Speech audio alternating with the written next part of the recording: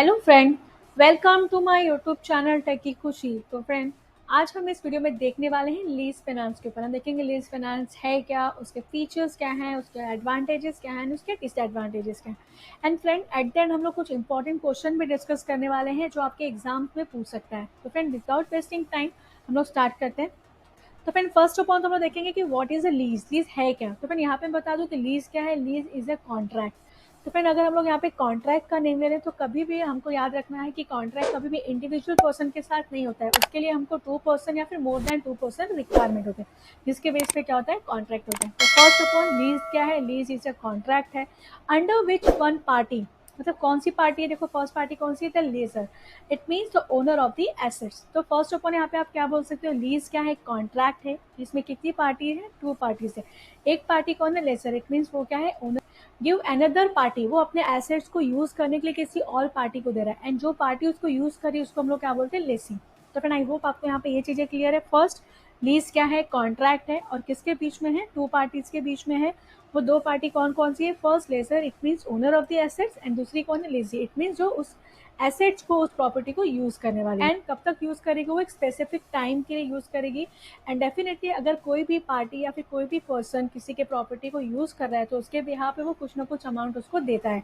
तो जो अमाउंट देगा, जो पेमेंट करेगा, उसको हम लोग क्या बोलते हैं, रेंट बोलते हैं। तो फ्रेंड, आई होप आपको यहाँ पे ये चीज़ें क्लियर है। मैं आपको फिर से रिपीट करती हूँ, लीज क्या है। लीज एक कॉन्ट्रैक्ट है। और किसके बीच में कॉन्ट्रैक्ट है, 2 पर्सन के बीच में कॉन्ट्रैक्ट है, लेजर एंड लीजी। लेजर कौन होता है, ओनर ऑफ द एसेट। लीसी कौन होती है, जो उस प्रॉपर्टी को यूज करती है। एंड ये सारी चीजें उनके एग्रीमेंट में लिखी होती है कि कब तक वो ले रहे हैं, उसका पेमेंट कितना है, कितना वो पे करने वाले, वो सारी चीजें वहाँ पे मेंशन होती है। तो फ्रेंड, आई होप आपको यहाँ पे चीजें क्लियर है। अब आई गेस आपको यहाँ पे क्लियरली मेंशन हो जाएगा। ये देखिए क्या है, ये क्या है, लीजर है। ये एसेट किसका है, लेजर का ही है। लेजर क्या कर रहा है, इस एसेट्स को यूज करने के लिए किसको दे रहा है, लीजी को। एंड लीजी उसके बिहार पे क्या करने वाली है, उसको वो मनी पे करेगी। देन फ्रेंड, अब मैं आपको एक प्रैक्टिकल एग्जांपल्स के थ्रू इस कॉन्सेप्ट को समझाने की कोशिश करूंगी। तो फ्रेंड, सपोज अगर आप कहीं पे माइग्रेट होके जा रहे हैं, तो फ्रेंड माइग्रेशन के टाइम डेफिनेटली हो सकता है वो माइग्रेशन किसी भी पर्पज़ के लिए हो सकता है, जॉब के लिए या फिर कोई और पर्पज़ के लिए। तो वहाँ पे आप अपने एसेट्स को या फिर लैंड को तो लेके जाओगे नहीं। तो फर्स्ट ऑफ ऑल, अगर आप कभी भी माइग्रेट होते हैं तो आपको वहाँ पे जाने के बाद अपने लिए घर या फिर जिस पर्पज़ से गए वो चीज़ें आपको फाइंड आउट करनी होती है। तो फ्रेंड, एट अ टाइम आप तुरंत तो उसको बाय नहीं कर पाओगे। तो आप क्या सर्च करो कि कोई ऐसा पर्सन हो जिसके पास वो एसेट्स या फिर वो मशीनरी कुछ भी हो, वो चीज़ें हो और वो मुझे यूज़ करने के लिए दे दे, उसके बिहाफ पे मैं उसको कुछ पैसे पे कर दूंगा। तो यहाँ पे ही क्या होता है, एक कॉन्ट्रैक्ट हो जाता है जहाँ पे एक लीजर होता है या फिर आपको रहने के लिए घर मिल जाता है और उसका ओनर एग्री हो जाता है कि आपको वो घर दे देगा फॉर 11th मंथ के लिए। एंड आप उसके घर को, उसके हाउस को यूज़ करोगे एंड उसके बिहार पे आप उसको क्या करोगे, एक मंथली रेंट पे करोगे। तो ये चीज़ें होती हैं, उसको हम लोग क्या बोलते हैं, लीज बोलते हैं। तो फिर अब हम नेक्स्ट देख लेते हैं इसकी पार्टीज़ के बारे में, जो मैंने आपको ऑलरेडी एक्सप्लेन किया, बट स्टिल हम फिर से देख लेते हैं। यहाँ पे देखिए क्या, मेंबर ऑफ लीज या फिर पार्टी टू अ लीज। यहाँ कितने पार्टीज होती है यहाँ पे, तो यहाँ पे 2 पार्टीज होती है। पहला क्या है, owner, known as a lessor. दूसरी कौन होती है, लीजी, जो क्या करती है, उस एसेट्स को यूज करती है। तो फ्रेंड, आई होप आपको यहाँ पे ये चीजें क्लियर है, पार्टीज क्लियर हो गई। अब हम इसके कुछ फीचर्स देख लेते हैं। तो मैं यहाँ पे देखिए, फर्स्ट फीचर्स क्या है, आप क्या बोल सकते हो, अ lease is a financial contract. तो डेफिनेटली हमने क्या बोला था कि लीज क्या, हमारा फाइनेंशियल कॉन्ट्रैक्ट है, money base. Financial it means क्या होगा, मनी बेस होगा ना। मतलब एक पर्सन जो ओनर है, इट मीन्स जो लीजर है, वो क्या करता है, अपनी प्रॉपर्टी को, अपने एसेट्स को यूज करने के लिए देता है किसको, लीजी को। एंड उसके बिहार पे वो क्या लेता है, मनी लेता है। तो जो मनी हो गया हमारा क्या होगा, financial, in terms of finance. तो इसलिए हम लोग इसको क्या बोलते हैं, lease is a financial contract. तो आई होप आपको ये चीजें क्लियर है। नेक्स्ट फीचर यहाँ पे देखिए क्या है, the parties to the contract. Party to the contract में यहाँ पे आप क्या बोल सकते हैं, कितने पार्टीज होते हैं यहाँ पे कॉन्ट्रैक्ट में, 2 पार्टी होती है। बिकॉज कॉन्ट्रैक्ट कभी भी इंडिविजुअल नहीं होता है, 2 या फिर 2 से ज़्यादा लोग होते हैं। तो यहाँ पे 2 पार्टीज हैं, लीजर एंड लीजी। देन नेक्स्ट क्या बोल सकते हो, एसेट्स। तो डेफिनेटली जो कॉन्ट्रैक्ट हो रहा है वो किसके ऊपर हो रहा है, एसेट्स के ऊपर हो रहा है। इट मीन्स जो प्रॉपर्टी या फिर जो एसेट्स को आप यूज करने वाले हैं उसको हम लोग क्या बोलेंगे, लीज। एंड उसके बीच में जो कॉन्ट्रैक्ट होता है उसको हम लोग क्या बोलते हैं, लीज फाइनेंस। तो आई होप आपको ये एसेट्स भी क्लियर है। नेक्स्ट यहाँ पे देखिए क्या है, लीज पीरियड। जो लीज पीरियड होता है वो क्या होता है, बेसिकली उस कॉन्ट्रैक्ट में डिसाइडेड होता है। एंड इवन आप क्या बोल सकते हो, जो लीजी है वो इस कॉन्ट्रैक्ट को कैंसिल नहीं कर सकती, इसलिए हम लोग उसको क्या बोलते हैं, नॉन कैंसिलेबल कॉन्ट्रैक्ट। अब नेक्स्ट यहाँ पे देखिए क्या है, नेक्स्ट क्या है, रेंटल पेमेंट। रेंटल पेमेंट यहाँ पे क्यों होगा, बिकॉज लीजी क्या करती है, लीजर को एक अमाउंट पे करती है in terms of rental. Then next feature यहाँ पे देखिए क्या है, मेंटेन। आप क्या बोल सकते हो, लीजी क्या करती है, मेंटेनेंस कॉस्ट भी पे करती है। लाइक फॉर एग्जांपल आप बोल सकते हो कि cost of maintenance and repair, taxes हो गया, कोई इंश्योरेंस हो गया, फिर अदर एक्सपेंसेस, तो वो चीज़ें भी इसमें आ जाती है। नेक्स्ट फीचर यहाँ पे देखिए क्या है, लीज टर्म। जो लीज टर्म है ना, वो एक एग्रीमेंट में डिसाइड होता है कि कितने टाइम के लिए, वेदर 12 मंथ है, 1 ईयर है, 2 ईयर्स है, वो टर्म्स उसमें डिसाइडेड होता है, उसको हम लोग क्या बोलते हैं, लीज टर्म। देन नेक्स्ट क्या है, ओनरशिप। तो यहाँ पे ओनरशिप किसके पास होती है, लेजर के पास ही होती है। लीजी ओनली क्या करेगी, उस प्रॉपर्टी को यूज़ करेगी, उसको वो यूटिलाइज करेगी। फॉर एग्जांपल अगर यहाँ पे लीजे ने कोई भी एक प्लॉट या फिर कोई भी एक घर को रेंट पे लेके रखा है, तो वो किसी भी घर के दीवार को तोड़ नहीं सकती, मतलब उसकी प्रॉपर्टी को यूज़ तो कर सकती है, बट बाकी चीज़ें का जो ओनरशिप है, अथॉरिटी, वो किसके पास होता है, लीजर के पास ही होता है। तो विदाउट उसके परमिशन वो कोई भी काम उसमें नहीं कर सकते। नेक्स्ट आप क्या बोल सकते हो, टर्मिनेशन। यहाँ पे टर्मिनेशन कब होता है, जैसे आपका कॉन्ट्रैक्ट एंड होता है, डेफिनेटली टर्मिनेशन भी हो जाता है। It means at the end उसका टर्मिनेशन हो जाता है। Then after the termination is depend upon आप दोनों के बीच में कैसा कॉन्ट्रैक्ट चला। अगर आप चाहे तो आप उसको रिन्यू भी कर सकते हो, और अगर लीजर चाहे तो आप उसको परचेज भी कर सकते हो। देन डिफॉल्ट, डेफिनेटली अगर कुछ भी डिफॉल्ट हो रहा है तो यहाँ पे लीजी क्या करेगी, उसको फाइन एज अ पेनाल्टी उसको पे करेगी। बिकॉज कुछ भी प्रॉब्लम्स आ रहे हैं, लीजी दोनों के कॉन्ट्रैक्ट में ऐसा मेंशन होगा, फर्स्ट ऑफ ऑल तो मेंशन होगा वो किसको दे रहा है, देन कितने टाइम के लिए दे रहा है, कौन सा एसेट्स है उसमें, आप कौन कौन सी चीज़ें क्या कर सकते हो, आप किस तरह से मेंटेन रखने वाले हो, और इन सब चीज़ों में कुछ भी लॉस हुआ तो वहाँ पे लीजी क्या करेगा, लीजर को पे करेगा। तो फ्रेंड आई होप आपको यहाँ पे फीचर्स क्लियर है। अब हम इसके कुछ एडवांटेजेस देख लेते हैं। तो फिर यहाँ पे देखिए आपके एग्जाम में ये भी पूछ सकता है, एडवांटेजेस या फिर बेनिफिट्स। तो कोई भी पूछ रहा है तो दोनों में से आपको आंसर सेम लिखना है, बिकॉज एडवांटेजेस या बेनिफिट्स में आप सेम आंसर दे सकते हो। दोनों क्या होता है, सेम होता है। तो फर्स्ट जो एडवांटेज हम लोग देखने वाले हैं फ्रॉम द प्रोस्पेक्टिव ऑफ लीजी देखने वाले हैं। तो फर्स्ट यहाँ पे देखिए क्या है, कैपिटल सेव, या फिर आप बोल सकते हो सेविंग ऑफ कैपिटल। दोनों चीजें क्या होंगी, सेम होगा। तो यहाँ पे लीजी अपने कैपिटल को कैसे सेव करने वाली है, बिकॉज वो एट ए टाइम पे फुल अमाउंट नहीं दे रही है, वो उस हाउस को टोटली परचेज नहीं कर रही है, वो क्या कर रही है, लीज पे ले रही है, रेंट पे ले रही है। तो इट मीन्स उसको फुल अमाउंट या फिर डाउन पेमेंट भी देने की जरूरत नहीं है, वो क्या करेगी, मंथली उसका पेमेंट करते जाएगी। तो इस तरह से उसने क्या किया, अपने कैपिटल को सेव किया, सो दैट एक ओनली स्पेसिफिक अमाउंट उसका जा रहा है एक्सपेंसिस, एज ए एक्सपेंसिस जा रहा है, एंड बाकी के अमाउंट को वो कहीं और पे इन्वेस्ट करके उसको यूटिलाइज करके उससे प्रॉफिट अर्न कर सकती है। तो इस तरह से वो क्या हो गया, कैपिटल सेविंग हो गया। सेकेंड आप क्या बोल सकते हो, ये क्या है, फ्लेक्सिबल एंड कन्वीनियंस। ये क्या है, फ्लेक्सिबल, इट मीन्स ऐसा नहीं है कि आपने एक ही जगह पे पूरा अमाउंट लगा लिया। आपने क्या किया, कुछ स्पेसिफिक अमाउंट को आप ऐसे एक्सपेंसेस डाल रहे हो बिकॉज आप उस प्रॉपर्टी को यूज़ कर रहे हो, एंड बाकी के अमाउंट्स को आपने क्या किया, कहीं और पे यूटिलाइज किया, एंड जिसके बिहाफ पे आप क्या कर रहे हो, प्रॉफिट भी अर्न कर रहे हो। एंड ये बहुत ही कन्वीनियंस होता है, ईजी होता है, जस्ट आपको एक एग्रीमेंट करना होता है। तो आई होप आपको सेकेंड चीज़ें भी क्लियर हुई हैं। थर्ड यहाँ पे देखिए क्या है, कैश फ्लो प्लानिंग। आप कैश फ्लो प्लानिंग कैसे कर सकते हो, सपोज 20% अगर आपका अमाउंट कहाँ पे जा रहा है, लीज एज अ रेंट जा रहा है, तो 80% आप कहीं और इन्वेस्टमेंट करके आप साइड बाई साइड कुछ बिजनेस या फिर कुछ भी आप कर सकते हो। तो इस तरह से आप अपने कैश फ्लो का प्लानिंग कर सकते हो, सो दैट इन फ्यूचर में आपको काफ़ी अच्छा प्रॉफिट हो। नेक्स्ट यहाँ पे देखिए क्या है, लिक्विडिटी पोजीशन इंप्रूवमेंट। डेफिनेटली आपका लिक्विडिटी पोजीशन में क्या होगा, यहाँ पे इंप्रूव होगा, बिकॉज आप क्या कर सकते हो, यहाँ पे sales and lease back technique के थ्रू आपका लिक्विडिटी पोजीशन में क्या हो जाएगा, इंप्रूवमेंट हो जाएगा। देन नेक्स्ट यहाँ पे देखिए क्या है, ऑब्सोलेंस रिस्क शिफ्टिंग। यहाँ पे आप अपने रिस्क को क्या कर रहे हो, शिफ्ट कर रहे हो towards the lessor. For example कोई भी ऐसी टेक्नोलॉजी या फिर अगर कोई मशीन आपने क्या करके रखा है, लीज पे लेके रखा है, तो वहाँ पे आप अपने ओनर से बोल सकते हो कि ये टेक्नोलॉजी को आप अपडेट करो, बिकॉज न्यू टेक्नोलॉजी आ गई है। तो ये टेक्नोलॉजी जो भी रिस्क होगा वो कौन बेयर करने वाला है, वहाँ पे लेजर।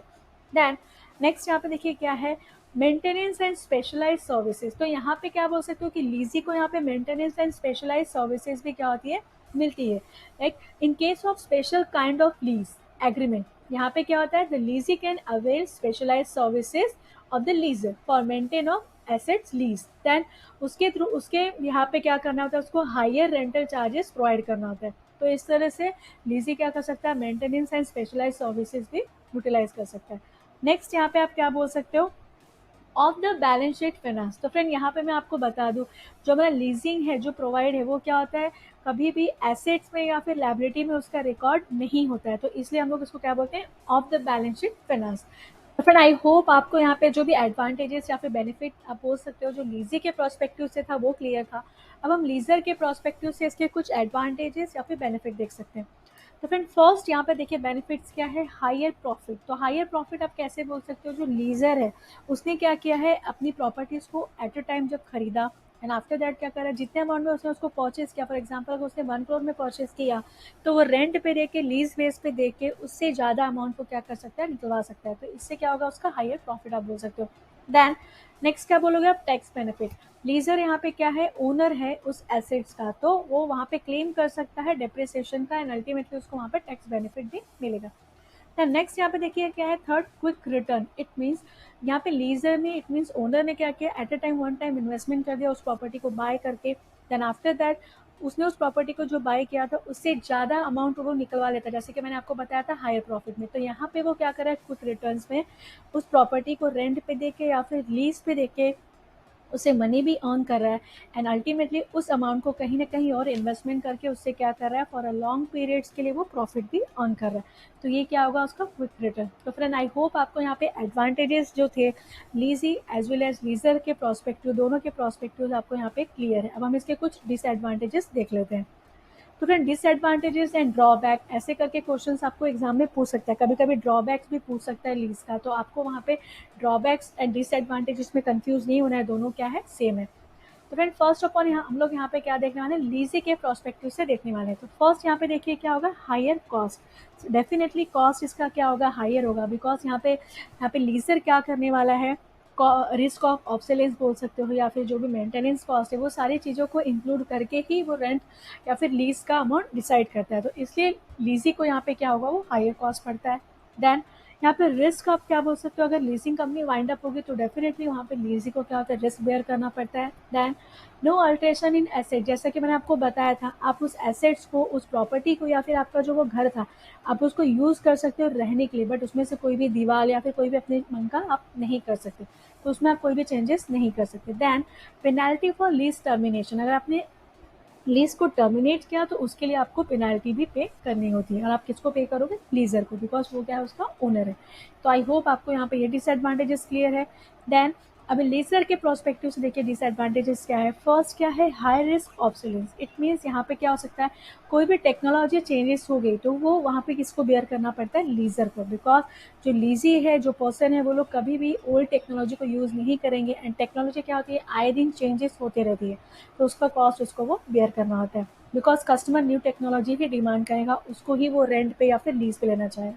तो इस तरह से क्या होगा, वो हाई रिस्क ऑफ ऑब्सोलेंस हो जाएगा। दैन नेक्स्ट क्या होगा, price level changes. For example inflation, जब भी इन्फ्लेशन होता है तो अल्टीमेटली किसी भी एसेट्स का उसकी वैल्यू क्या हो जाती है, इंक्रीज होते रहती है। बट एक बार अगर आपने एग्रीमेंट बना लिया है एंड उस एग्रीमेंट में एक स्पेसिफिक टेन्योर होता है, एक टाइम होता है, for example 11 month, 2 years, 3 years, जो भी मेंशन होगा, तो इन बिटवीन अगर उसका कॉस्ट बढ़ रहा है तो भी आप वहाँ पे लीजी से जो उस एसेट्स को यूज़ कर रहा है उससे आप एक्स्ट्रा कॉस्ट डिमांड नहीं कर सकते, बिकॉज आपने ऑलरेडी एग्रीमेंट में मेंशन करके रखा है। तो वो चीज़ें यहाँ पे हो जाती है। दैन लॉन्ग टर्म इन्वेस्टमेंट, यहाँ पे लॉन्ग टर्म इन्वेस्टमेंट तो एक तरफ से उसके लिए प्रॉफिट भी होगा, बट समटाइम आप क्या बोल सकते हो, लॉन्ग टर्म इन्वेस्टमेंट भी है, बट इन्वेस्टमेंट के साथ साथ उसको मेंटेन करने का बाकी सारी चीज़ें भी उसके अंदर आ जाती है। तो फ्रेंड आई होप आपको यहाँ पे डिसएडवांटेजेस पे क्लियर है। अब हम इसके कुछ इंपॉर्टेंट क्वेश्चंस डिस्कस कर लेते हैं जो आपके एग्जाम्स में पूछेगा। तो फिर यहाँ पे देखिए फर्स्ट क्वेश्चन आपसे क्या पूछ सकता है, what do you mean by lease. तो मैंने आपको एक्सप्लेन किया, लीज क्या, एक फाइनेंशियल कॉन्ट्रैक्ट है, और एक कॉन्ट्रैक्ट किसके बीच में हो रहा है, टू पार्टीज के बीच में। एक पार्टी कौन है, लीजर, इट मीन जो उस प्रॉपर्टी का क्या है, ओनर है, एंड सेकंड कौन है, लीजी, जो उस प्रॉपर्टी को क्या कर रही है, यूज कर रही है।